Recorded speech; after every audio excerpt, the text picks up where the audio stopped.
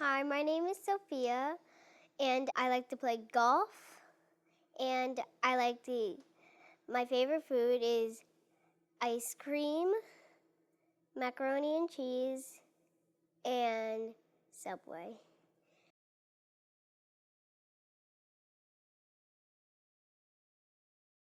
Yeah. Oh, what about Mommy? Birthday to you. Yeah.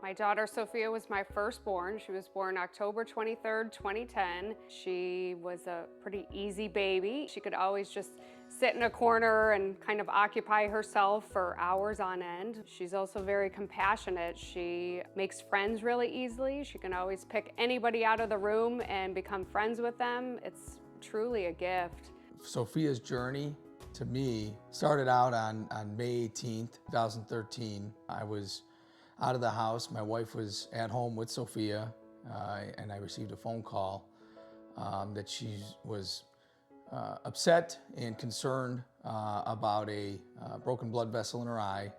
I was putting the finishing touches on her big girl bed when something wasn't sitting right with me. I just sat on the bed and started crying. I took her to the ER where a chance CT would reveal a large tumor in her sinus cavity.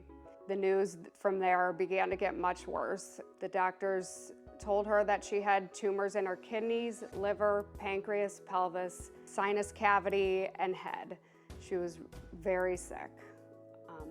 At that point, we decided to take a medical flight to University Hospital's Rainbow's Babies and Children in Cleveland to be around our large support system of family and friends. During that first year period was challenging because my wife was 6.5 months pregnant when we received the whole situation we were dealing with Sophia.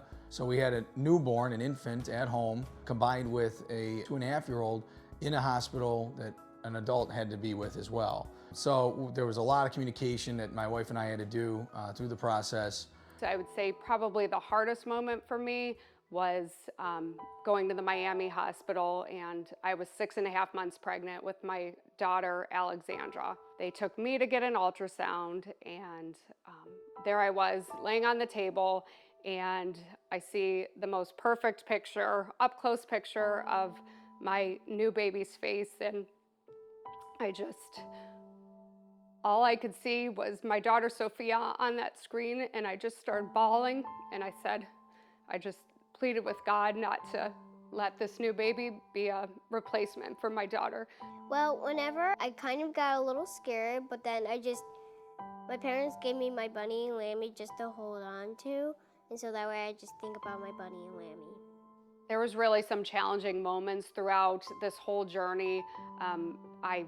It tested everything that I had in me, all the strength I thought I had. I think when Sophia was diagnosed, that's the day I basically became an adult.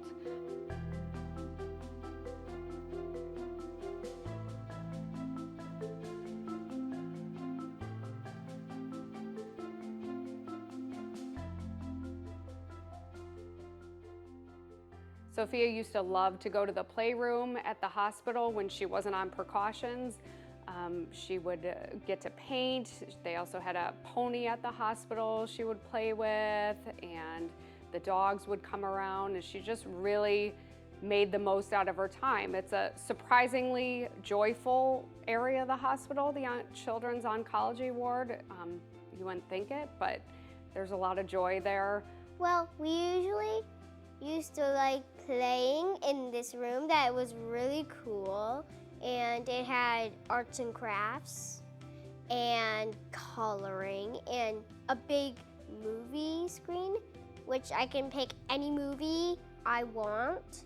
Today, Sophia is 8 years old, and she's a third grader at Canterbury School in Fort Myers. On September 24th, 2020, Sophia will hit the 5-year mark, at which point her doctors will officially declare her cured. While childhood cancer survival rates have increased to over 80%, even losing one child is too many.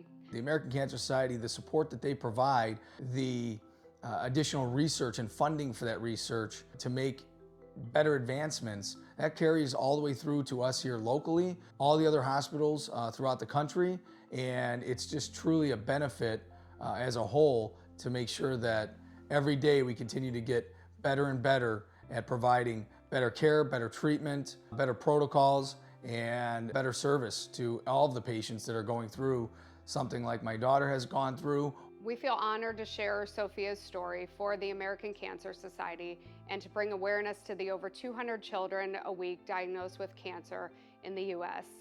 I just want to thank you for your generous support to the American Cancer Society, and thank you for listening to our story.